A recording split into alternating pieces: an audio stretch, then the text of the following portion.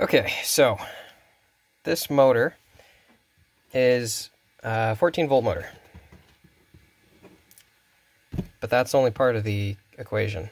And I have so far killed at least one power supply plugging this thing into it. And the reason for that is because it's 12 volts, yes, but it's also a 300 watt. It's a 300 watt motor. And most average power supplies for like a computer or a phone charger or something like that, even if it says that it's rated for like 20 volts, it's 20 volts at like 2 amps. It's like a 40 watt power, or it's a 40 watt power supply kind of thing. This thing needs like 200 watts, which, if my math is correct, is going to need something like somewhere a little under 20 amps. So I need a more powerful power supply. So I went and looked online, and I was like, okay, well, I could buy a power supply, or alternatively, I could hook it up to a battery. That's probably the smart thing to do, is hook it up to a battery. But instead, I have an ATX power supply from an old computer and a breadboard. So this is really freaking sketchy, but the way that these ATX power supplies basically work is they're essentially just a transformer. It takes 120 volt AC in. They usually have voltage sensors in them so that they can take 120 volt or 240 volt AC, depending on where in the world you are, so you don't have to make more than one kind of power supply. When you flip the switching thing on, hey look, nothing happens. It doesn't power on. As you can see here, fan's not spinning, no power. Why is that? Well, these things are turned on basically by shorting one of the pins to ground, which is the green pin on this this connector. So this pin right here. If you short this to ground, which is any of the black cables coming off of this thing, then it will turn on. Some of the older ones you needed to also, I believe, supply a there also had to be a load on this blue pin, or this blue cord, I think, but it doesn't seem to be the case for this one.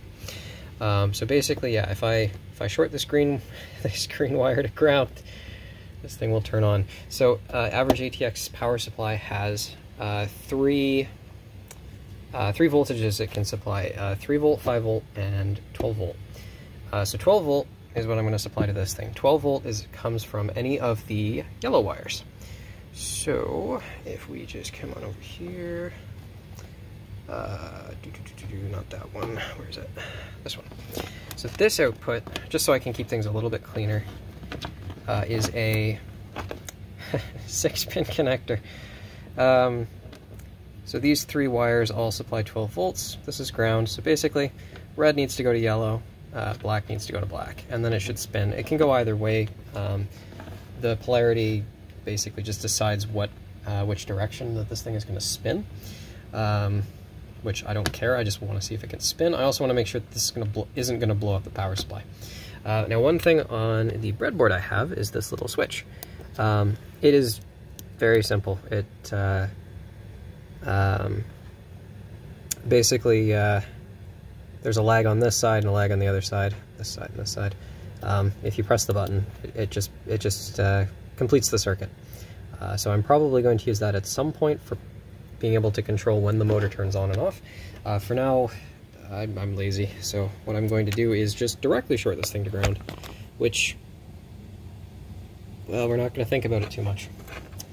Okay, so first things first, we make sure it's turned off, because I don't want to accidentally blow something up. It's turned off. So now we are going to short to ground.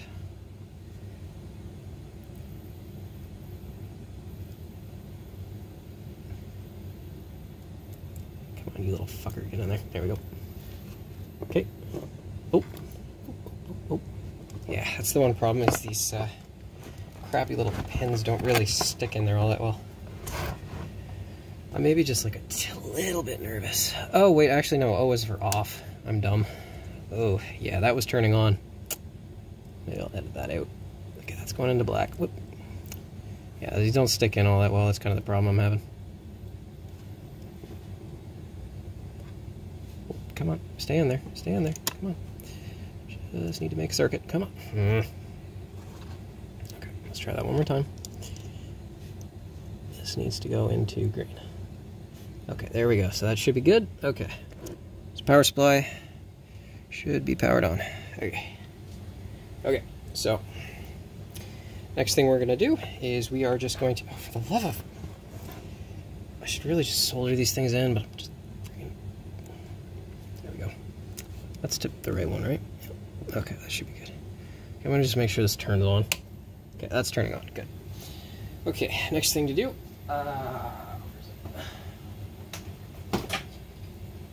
we have a multimeter, like so. I really hope that's visible. Actually, oh, that does still supply power, nice. Wait, does it? Yes, it does. Yeah, it does, okay, good. So, what we're gonna do is we're gonna take our multimeter, we're gonna turn that to volts DC, and then we are going to deploy the probe. Please don't come out, you son of a... Please don't come out, please don't come out. Oh, this is sketchy. That's probably only like 3 volts. That's not a lot, probably. Yeah, that's probably like 3, maybe 5 volts. That's not even enough to tickle. So I'm not worried. Not worried yet, I should say. Screwing with electricity is one thing that does make me nervous. Mostly because I don't really know how it... I'm not an expert, and I can break things accidentally. Okay, so we're gonna basically just check the voltage on this thing. So we set it to volts DC so we can detect voltage. One end goes to supply, one goes to ground, and what do we get? 12 volts. So this thing supplies 12 volts. So good. We've confirmed that yes, that is actually doing power.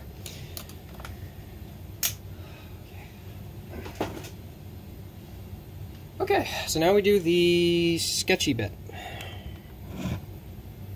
This thing to my power supply. You know, sometimes I really do think, what in the heaven's name am I doing? I watched Wile E. Coyote when I was a kid a lot, and this really does bring to mind just Wile E. Coyote poking at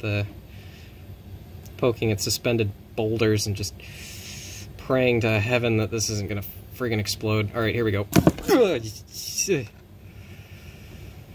Okay, well, it's spun. It's just gonna be keeping this thing in. I'm gonna have to...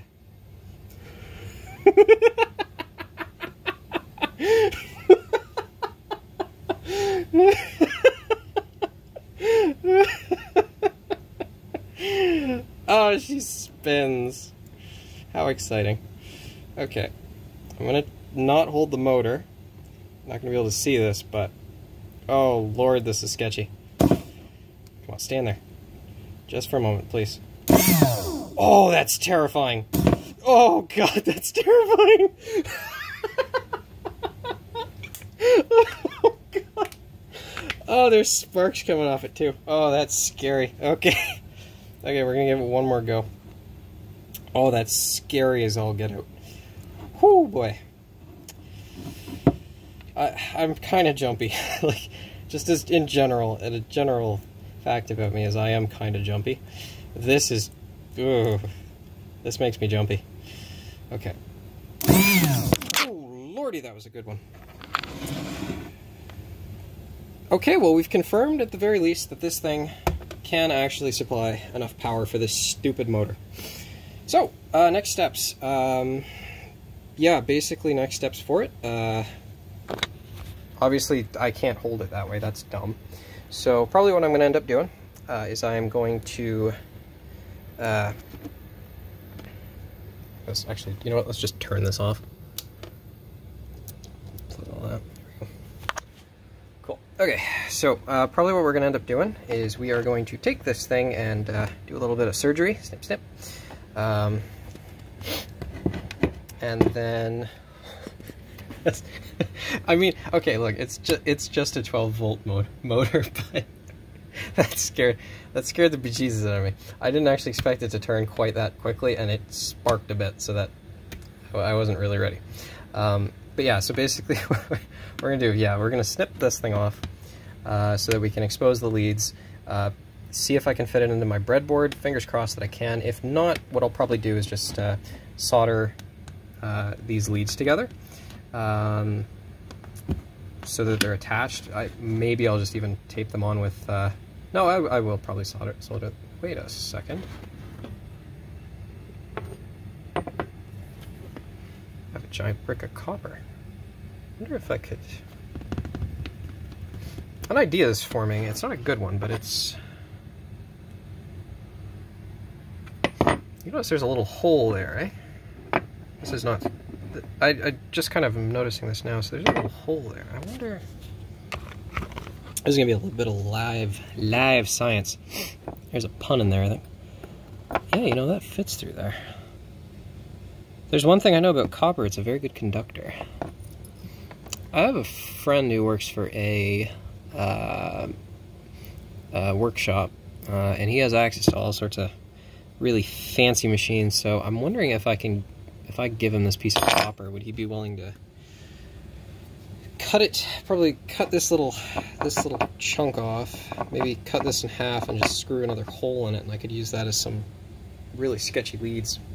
Anyway, that I might do that, but that's later on. Back to it anyway. So yeah, what I'll probably do is just slice this off, solder these two things on, and then I mean, preferably I want it to go through the breadboard. The problem is this doesn't fit in the breadboard, and the breadboard is very small.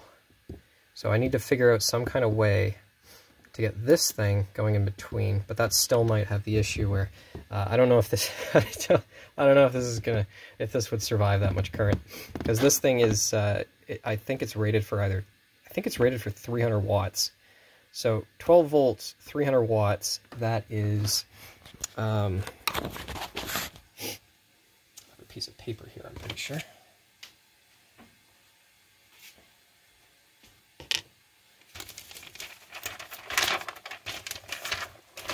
Math is cool.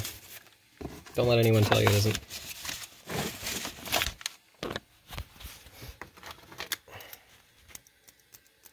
Hey, nice, I got a pencil. So the way that all this stuff works is, I am not an electrician, so I shouldn't explain this. V equals I over R, I think. No, V equals IR? Wait, no. What is it? VIR? What is that one? No, I think that's right. VIR? Is it VIR? Or is it... No, it's VIR, maybe? Voltage equals current times resistance? Oh god, I can't remember. Why can't I remember this? Okay, well, whatever. Point being, that... Yeah, get rid of that.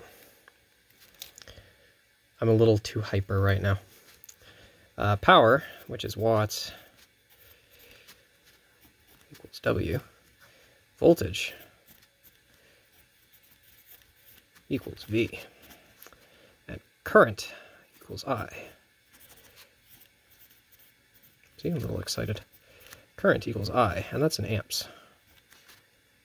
So, W equals I times V. Makes sense, obviously. So what we have here is we have 300 watts. I'm pretty sure that's what it is. 300 equals I times 12. Oh my god, it's math. How terrifying. Not really, it's algebra. So we have 300 over 12. Look at this, you're learning. I'm learning, maybe. Equals I. So what does that mean? Well, it's pretty simple. How many times does 300 go into 12? Wait, is it actually 300 watts? I feel like this might be 200 watts. No, you know, this actually might be rated for 300 watts.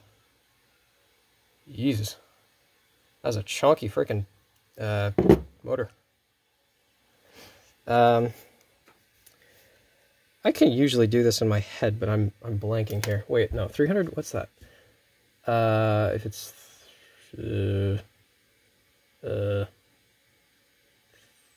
it's like 20, was it 25?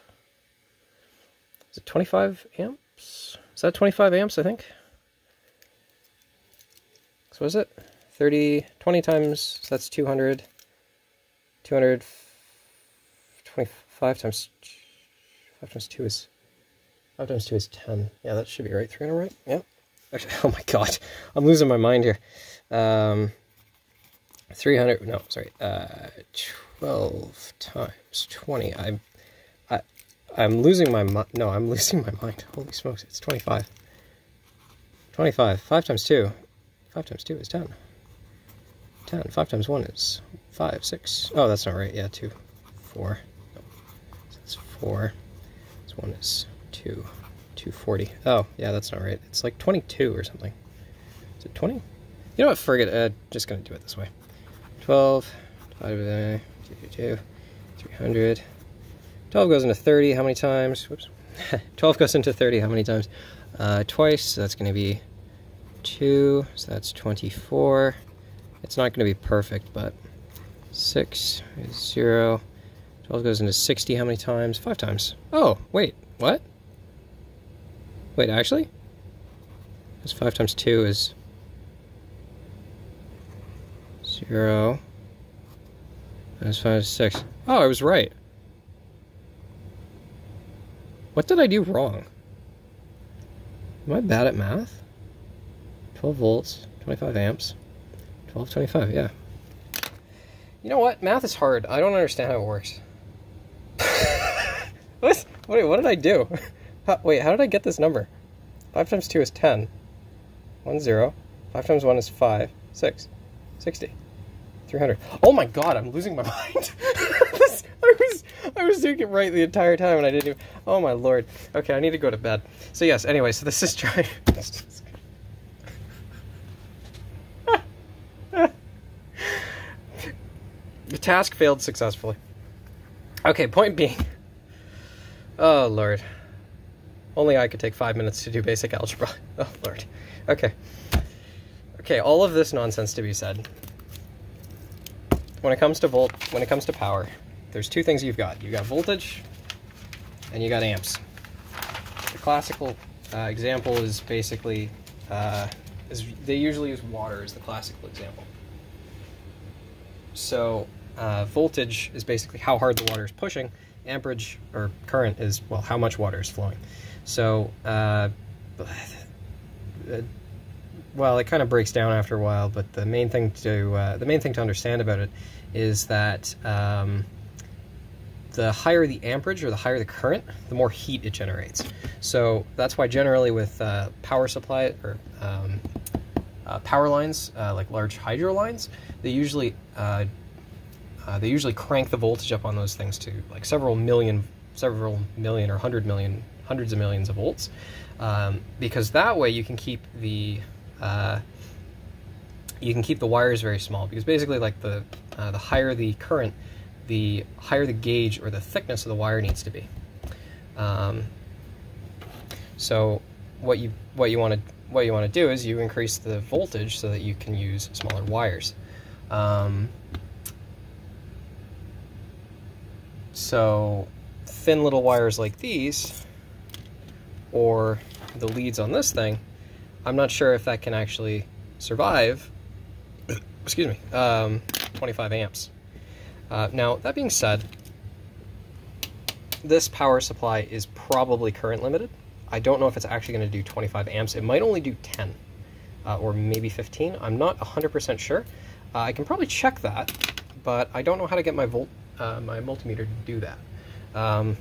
Again, I'm not an electrician. I never studied electronics. I just like watched some YouTube videos and kind of generally pieced things together. So far I'm alive, so clearly I'm doing something right. But maybe that's not a good metric. But I mean, hey, false bravado has gotten me through worse spots before, so. But anyway, all that being said, geez, that was long.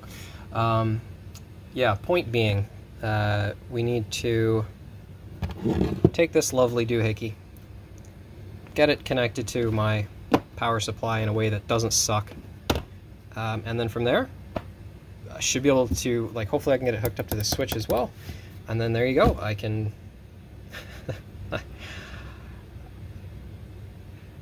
project's really getting away from me. We'll be able to power this son of a bitch, and I'm looking forward to it. So, yeah.